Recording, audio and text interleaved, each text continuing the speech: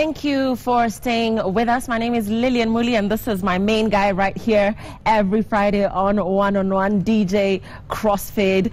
They're currently having beef with the Performance Rights Society of Kenya, and he's telling me they're standing their ground. The DJs do not want to know. Anyway, away from DJ Crossfade. Tonight, very excited, months after her recovery, to have her here with us in studio. Wangechi Waweru is a female rapper who a lot of you know and a lot of you supported and sent beautiful, lovely messages on her road to recovery after she survived a horrific car crash. Tonight she's here with us in studio. She's got a new jam, Cardiac Arrest. She'll be dropping it for us, and we'll be talking to Wangechi, getting up close and personal with her, catching up with her. It's a show that you must stick around for. Let me leave it at that for now. DJ Crossfade, let's introduce Wangechi right away.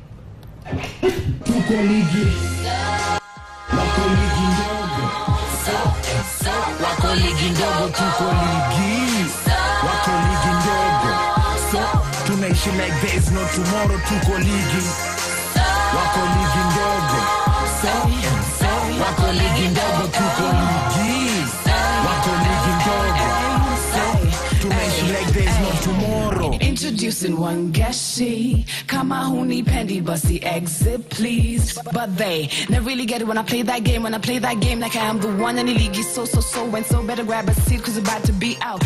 Outstanding, lyrically sina company. Ata next door neighbors hawapatikani. So nikisema niko ligi so niko solo. So I push it like I'm 9 months, 3 months late. Sija delivers, the early bird catches a worm. I'm way ahead, muki anza kuamuka, nime anza kudi warm. And the only last I know is that I'm a last born. So in everything I do, mwana wambere tuko ligi.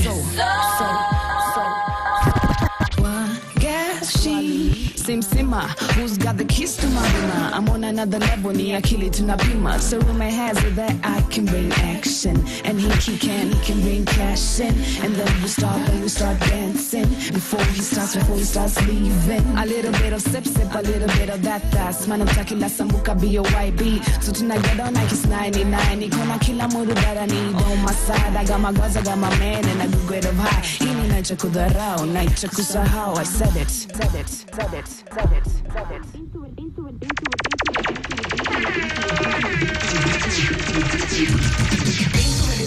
But it didn't burn. How you gonna be the one run your mouth if you get in different syllables and talking about how my sins are bigger, better, faster, but leave it to the master. Trying to be the one who doesn't come out when they leave. All about like it's all about the bling and the money and the robber. What I figured out that it's kinda like a drug, so you gotta put your eggs in the right kind of basket. Mask it without compassion and squeezing on the juice, and I'm talking passion. Should I take it to the left where nothing's right, or maybe take it to the right where nothing's left? Should I put it in a phrase that I cannot change? Same slaves, different chains, same trains, different trends. So now I'm living life with a heart full of cracks that cannot. I got so many different answers, stories, feels like a lump sum, locked up in my heart.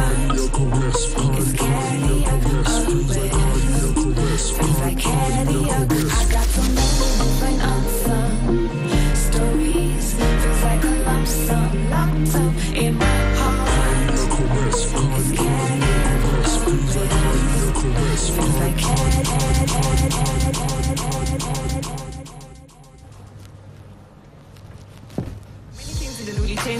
Hashtag is One-on-One, guys. Please talk to us.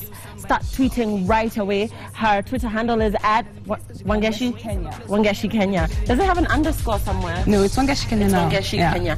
Okay, so talk to Wangechi. The hashtag is One-on-One. Talk to us as well. Wangechi, so good to see you. You too. So good to see you. I want to begin, Wangechi, with talking about taking you back to that very trying moment for you, that horrible accident, which I'm sure, because I spoke to you yesterday, and you don't want to dwell too much on that. But I want to take you back there, Wangechi, and just your road to recovery. Take us back there. What's the road of to recovery been like for you? I think the road to recovery has been, it's brought out, I never actually knew who I really was until I went through this process, and I found so much strength in me that the road to recovery wasn't just a sad moment. It was more like wow moment. Here I am, I'm good, I'm strong, and I am ready to take on the next day. I want to revisit that particular day, Wangechi, and the fact that, you know, the information we have about the accident is that you were with your friends, you were going home. And tonight we were talking to the Nakada chairman, John Mutsuto, and we touched on alcohol a lot and drinking and just how much people are drinking. Who was driving the car on that day? Was there consumption of alcohol? On that day, it was actually a friend of mine driving the car.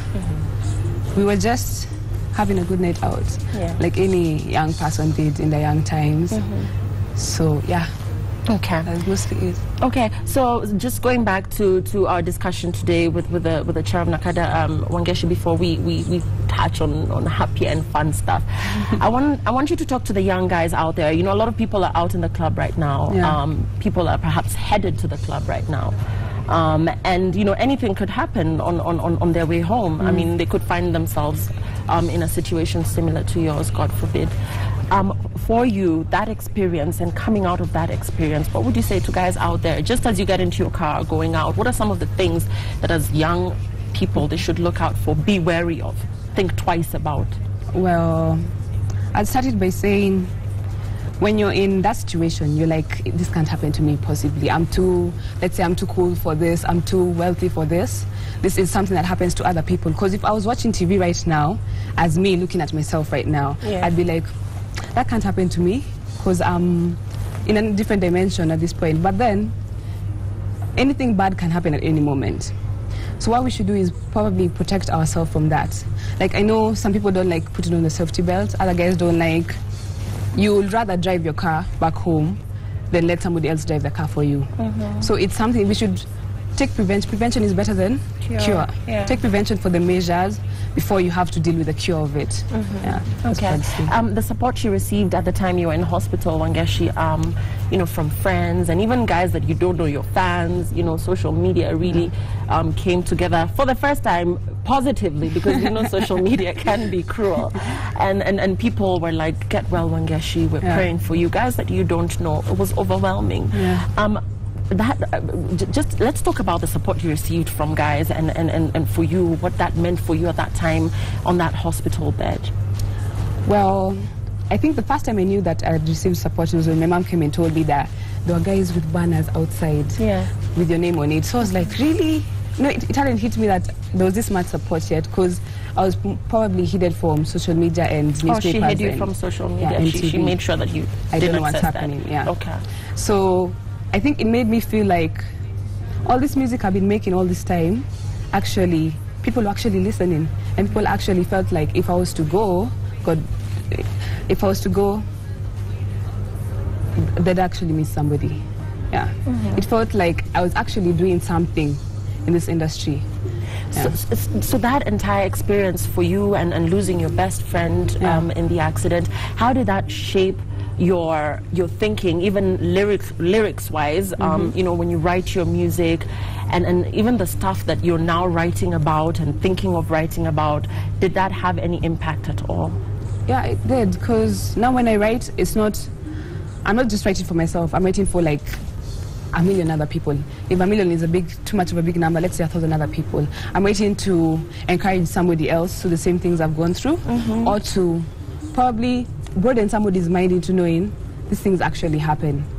It's more, I feel like an educator now than I was before. Okay.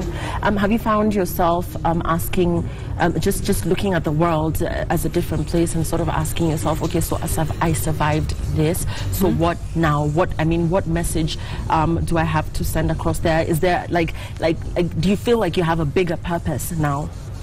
I actually do, because I was so close to going that the fact that I was brought back, it was like, can I say it's like a slap? Like, wow, come back. You have so many things you have to achieve in this world. That means I haven't done what I was meant to finish doing. It means I have more to do, more to give, more to say, more to sing, more to, just so much more to give to this world. Yeah. And for somebody perhaps that went through a similar situation, who is watching you perhaps from their hospital bed, maybe they're going through very painful physiotherapy, maybe the doctors have told them, you know what, we can't really do much for you. For you, just, I know it can be so painful just trying to recover and just giving it your all. For you, were you at a stage where at some times you felt like you might give up? Did you ever feel that way? And what gave you that energy and that spirit to just keep fighting and to get off those crutches and walk again? Yeah, I went through, there's so many trying moments where you're like, I don't know whether this will actually work. I felt like I was actually not going to walk. It actually hit me. I was like, oh my God, I may not be able to move again. And when such a thought hits you, if for every action there's an equal and opposite reaction. You have this, we can do this, we can make it. So to anybody who's in a trying moment right now, there's this thing I always tell myself is, get up, dress up and show up. It's more about the small steps you make than the bigger steps. Every small step will lead to something bigger in the end. So it just means this day you're going to, let's say, move your finger, and it's not your whole hand, but you moved your finger. And that means that one day your hand will also move. Or one day, the bigger thing that you're fighting will actually crumble before you, and you'll be above it. Yeah, and you're a fighter. The fact that you're even having this conversation, which I know is not easy, and the fact that you're actually performing right here. Before we talk about your performing, you're back in school at Strathmore. Tell us about that. What are you studying? In Strathmore, I study financial economics. Yeah. Okay. Yeah, and you were recently on stage. I think this was the first time after the accident at the Ebony Lounge. Tell us about that experience, the crowd, their chemistry, and just you being in front of all these people after coming from that, you know, experience. Just that moment for you. Yeah. That moment was, I don't know, have you ever had a mixture of two emotions? Like, it's so much joy and then it's so much anxiousness at the same time.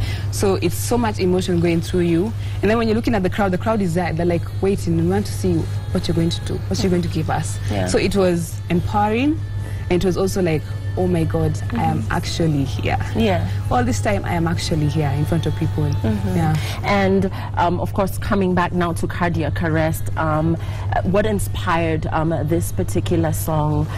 What are you saying in the song? In the song, I'm talking about how I've got so many things inside of me that I can't exactly tell the world, that I feel like they've been locked up. That's why I say cardiac arrest in them. So it's more of a, as I said when I was writing this song, I felt like it was more of a song for me to be able to embrace what exactly happened. It was like my musical therapy. It was how I could get over everything just by writing it. So putting it in musical form makes it much more better. It's better than saying it. So now guys can listen to it, think about something that went through their lives also, and then they can relate to it in the end.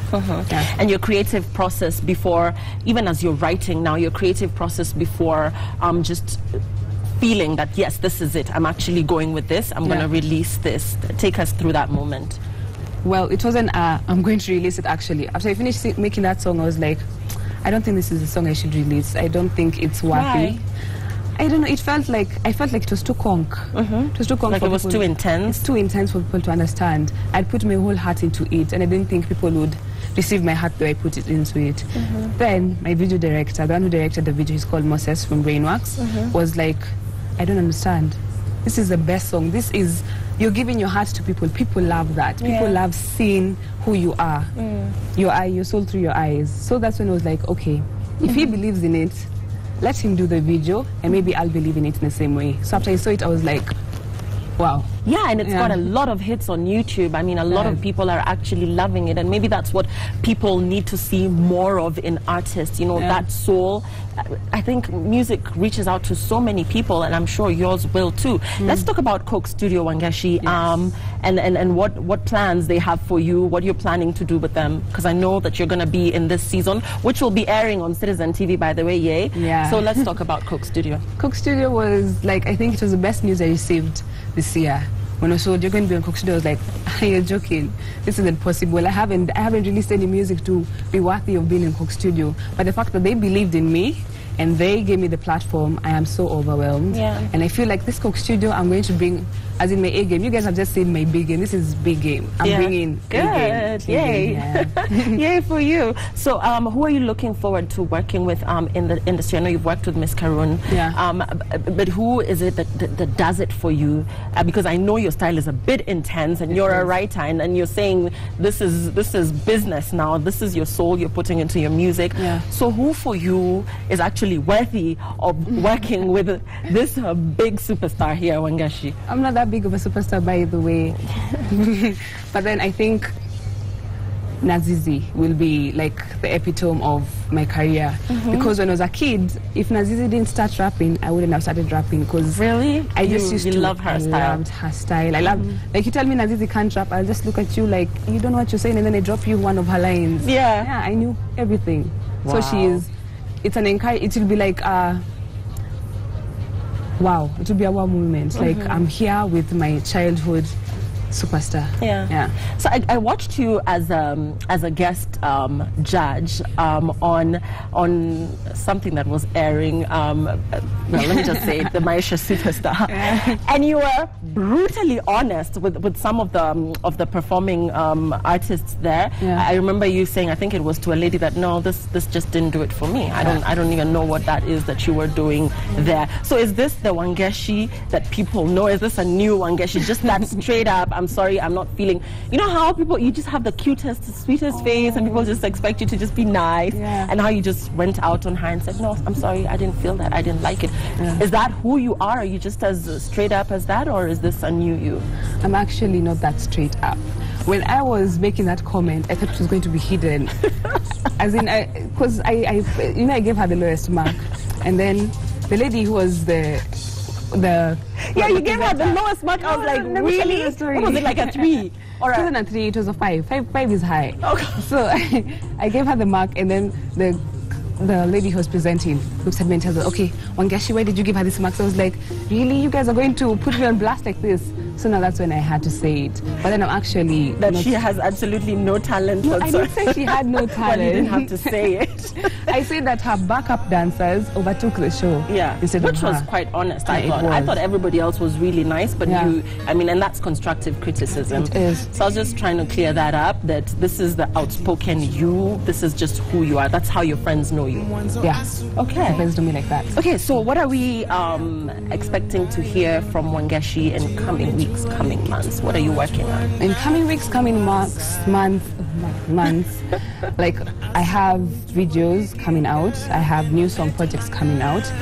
I'm doing an online sessions called Wangechi Sessions, where I perform my fan favorite tracks on a live band setting. Okay. So I'm adding more episodes to that. And Coke Studio, and so many more things. Yeah. Why do you think there's such few female MCs? Actually, not even like female rappers, but just generally when you look around, I think the males have dominated the industry, and there's not a lot of women. Fine, they are there, but then again, you get the sense that they're not as aggressive as the guys. Why do you think that is the case? And for you, what change do you hope to bring into this game?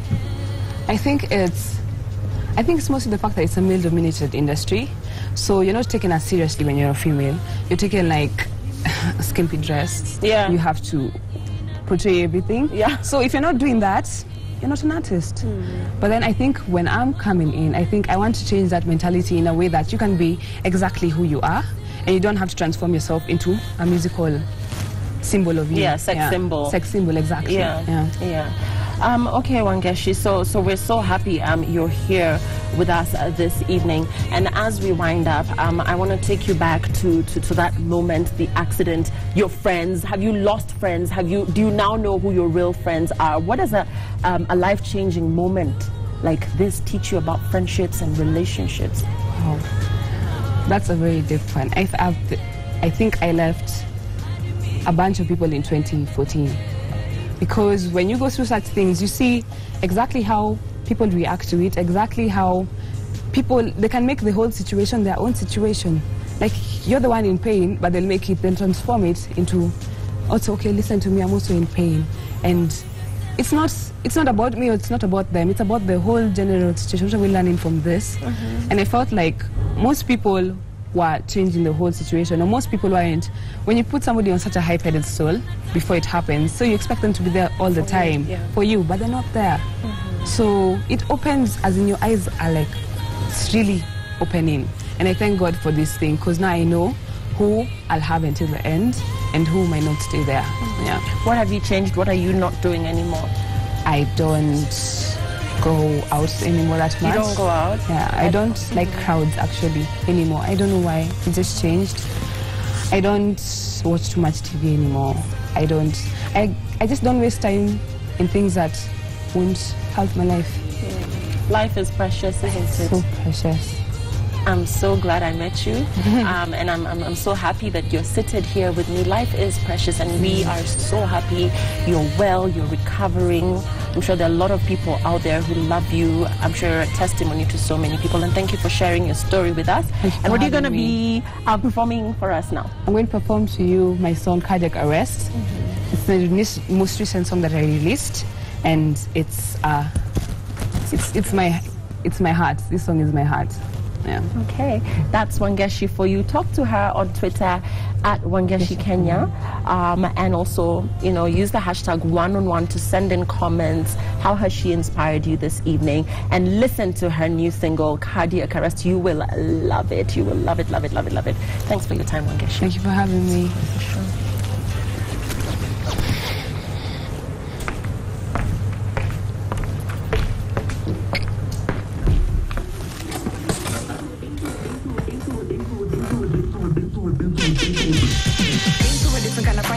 Burn. How you gonna be the one when your mouth is getting different syllables and talking about how my sins are bigger, better, faster, but leave it to the master. Trying to be the one who doesn't come out when they leave. All about like it's all about the bling and the money and the robber. What I figured out that it's sounding like a drug, so you gotta put your eggs in the right kind of basket. Nasty, without compassion, and squeezing on the juice and I'm talking fashion. Should I take it to the left, there ain't nothing's right, or maybe take it to the right, where nothing's left. Should I put it in a phrase that I cannot change? Same slaves, different chains, same trains, different trends. So now I'm living life with a heart full of cracks that cannot. I got so many different unsung stories.